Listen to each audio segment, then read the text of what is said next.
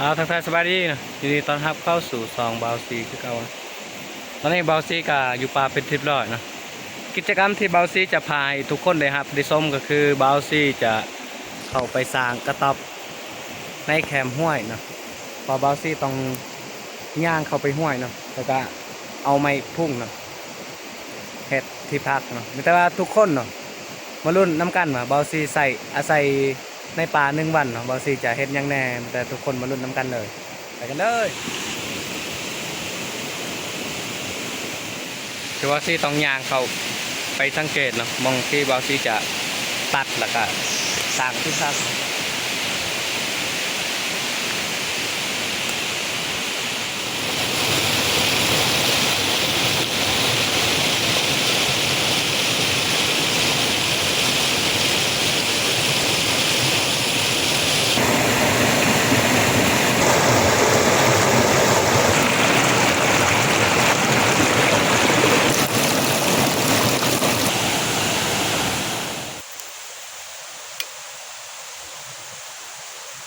โอเคทุกคนนะบาวซีก็เจอมองที่บาวซีจะสร้างที่พักเอ็ดเบิงนะเห็นบอกทุกคนพอบาวซีสังเกตเห็นป่าใบตองกล้วยแล้วก็ป่าไม่พุ่งนะมันสะดวกสบายบาวซีจะเฮ็ดสร้างที่พักนี่นะทุกคนบาวซีขึ้นไปสังเกตเบิ้งนะบาวซีขึ้นเลยนะไต่ตามไม่พุ่ง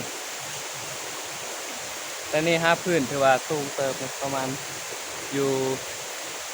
6 เมตร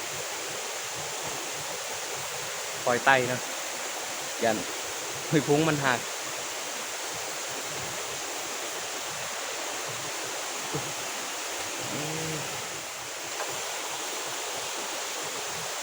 เนี่ยที่นี่มันมีห่วยหน่อยนะสบายจะติดผักนะยูรุม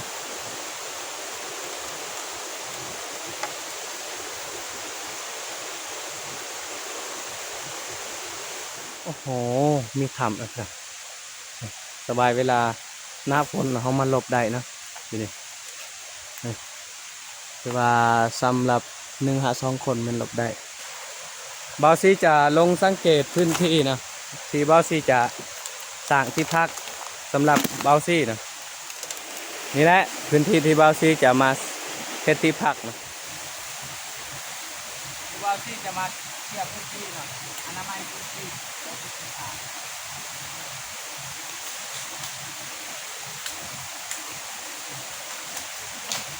บาวซีเคลียร์หญ้าสำไรสำหนึ่งเนาะเพราะว่าบาวซีต้องเคลียร์เฮ็ดเนาะไปตัดไม่พุ่งเนาะ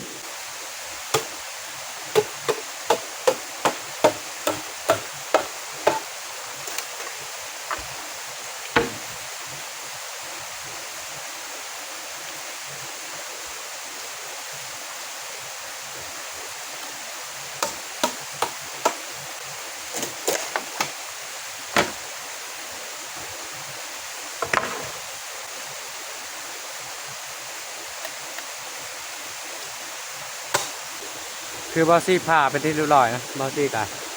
จะมาปูนะตามที่เบาซี่อยู่ได้นะให้เพราะว่าเบาซี่อาศัย1 วันอยู่ในป่าไม้มื้อนี้นะเบาซี่บ่ได้เอาหยังมาเข้าตะไคร้หยังก็บ่ได้นะอดเอาเพราะว่ามีบางสิ่งบางอย่างที่เบาซี่จะเฮ็ดให้มันสำเร็จนะ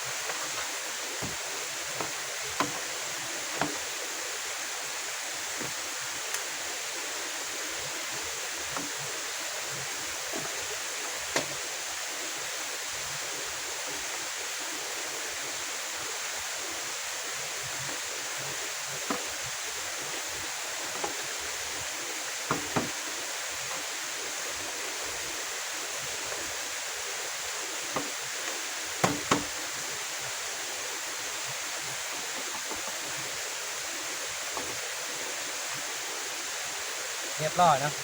การปูนี่คันว่าเฮาผ่ามันจะเฮ็ดไว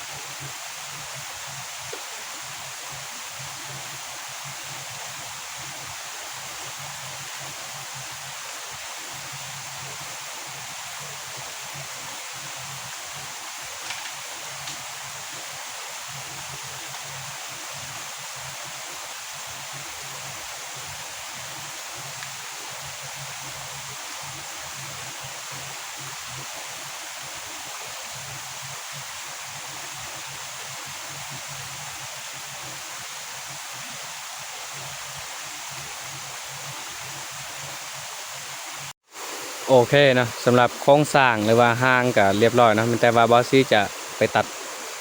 นี่เนาะปลากล้วยนี่แหละมามุ่งแล้วก็บอสซี่เฮ็ดทาน้ำเนาะหลังจากนั้นบอสซี่ก็พักผ่อนเอาแห้งประมาณอยู่ 70% เนาะ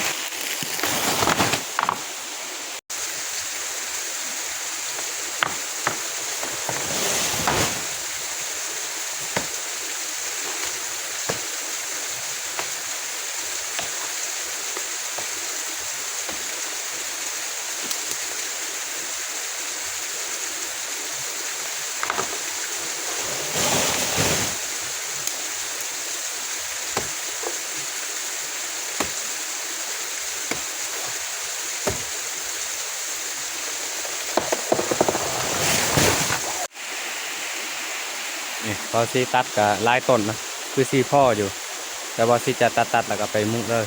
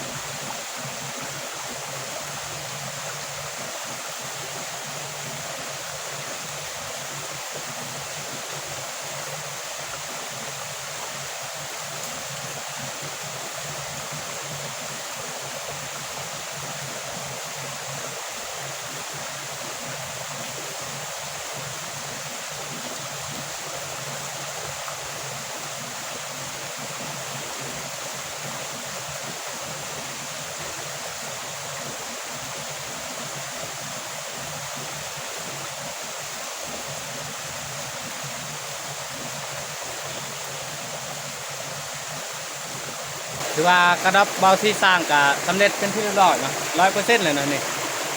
ถือว่ากันแดดกันฝนได้ดีเนาะแล้วก็แข็งๆเนาะทนทานต่อฝนเนาะการสร้างเบาซี่ใช้เวลาการสร้างกระต๊อบก็3 ชั่วโมงเนาะเบาซี่นอนพักเอาแห้งเนาะพี่น้องเมื่อย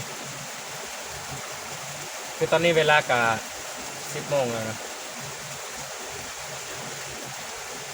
เย็นเนาะพักอยู่ป่าได้กำมวนนะเย็นสบาย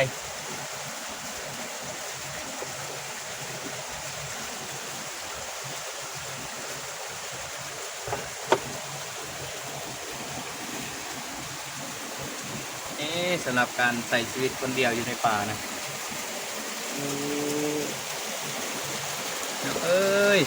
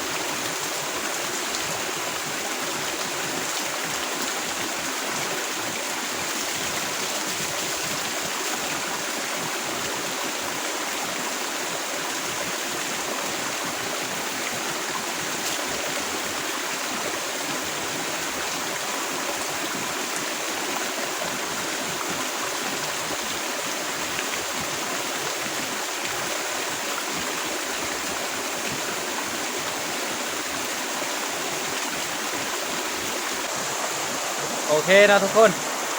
ถือว่าการเฮ็ดทาน้ำของเบาซี่ก็เรียบร้อยเนาะแต่ว่าเบาซี่จะนอนพักผ่อนเอาแห้งเนาะเพราะว่ายังมี EP 2 EP 3เนาะเพราะเบาซี่จะมากขึ้นเนาะมาแปลงอยู่กวกินเนาะแต่มื้อนี้เบาซี่มาสร้างกระต๊อบแล้วก็เฮ็ดมองที่อยู่อาศัยเนาะให้มันเรียบร้อยก่อนเนาะมันจึงสบายเวลาเบาซี่จะมาขึ้นเนาะเบาซี่จะมีแต่ว่าเอาของกินของอยากมาเฮ็ดมากินอยู่นี่เนาะยังแต่เตาไฟเนาะเบาซี่จะมาเฮ็ดในทางเตาไฟเนาะนี่กระต๊อบเบาซี่เนาะเป็นจังได๋คือแต่ว่า FC คอมเมนต์เนาะการใช้ชีวิตอยู่ป่าเนาะแต่ว่าบาง FC อาจจะบ่เคยได้ใช้ชีวิตอยู่ในป่าเนาะบ่ฮู้เนาะว่าเฮาเฮ็ดมันมีความยุ่งยากหลายซำใดเนาะนี่ก็แม่นฝากเบิ่งนึงเนาะเรื่องร้านค้านะเราสิจะมารีวิวให้ทุกคนเนาะได้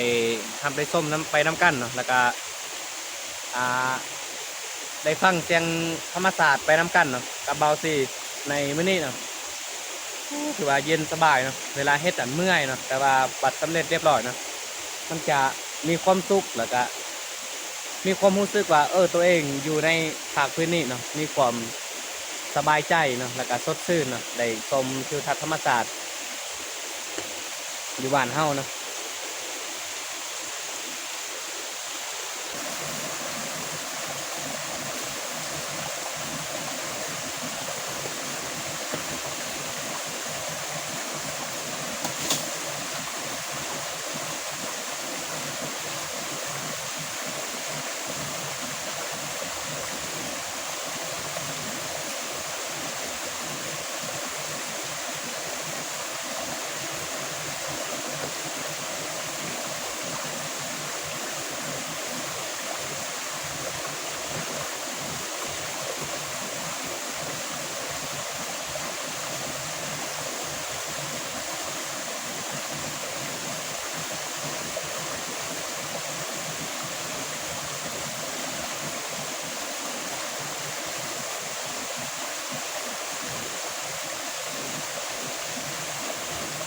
โอ้ยมันเย็นนะไป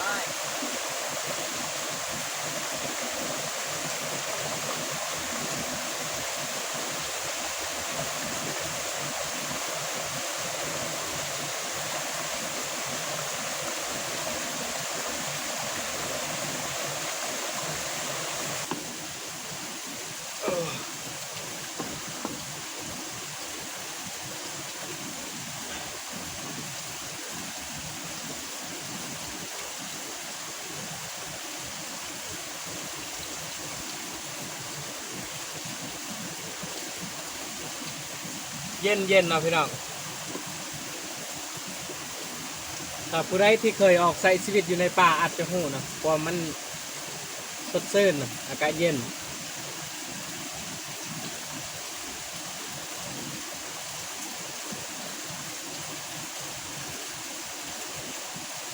แต่ถ้าว่า FC คนใดที่มักคลิปนี้เนาะแล้วก็วิธีการอาศัยชีวิตอยู่ในป่าเนาะอย่าลืมไปคอมเมนต์บอกนะเด้อว่าบาซิกาจะเฮ็ดให้ทุกคนได้รับสดได้ส้มไปน้ำกันเนาะ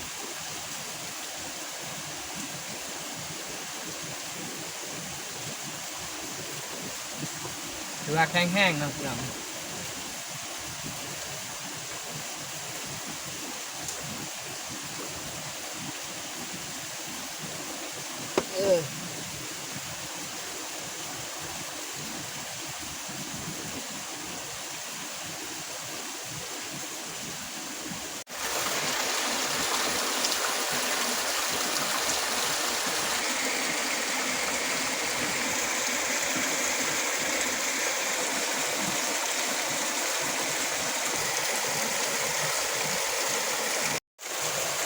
นี่พื้นที่กับกวางเติบนะสำหรับบาวทีนะ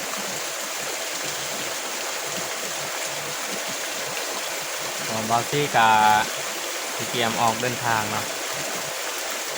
เพราะว่าบาวทีมาสร้างกระต๊อบหลักะมาพักอาศัยนะใน1 วันของบาวทีนะตอนนี้กับเวลาของเฮากับเพราะว่าบาวทีอยู่นี่กับบาวทีอยู่ต้นเติบนะบาวทีกับยานตกแน่บาวทีก็จะออกเมื่อนะตอนนี้กับเวลา2 โมงโอเคนะสำหรับคลิปก็อาจจะสิ้นสุดลงอยู่นี่นะอย่าลืมไปฝากกดไลค์กดแชร์กดติดตามนะเพื่อเป็นกำลังใจในการเฮ็ดคลิปหรือว่าสร้างคลิปต่อไปนะถ้ามักคลิปนี้ก็อย่าลืมไปคอมเมนต์บอกให้ FC ให้เบาซี่ครับฮู้นะโอเคนะเจอกันคลิปใหม่บ๊ายบาย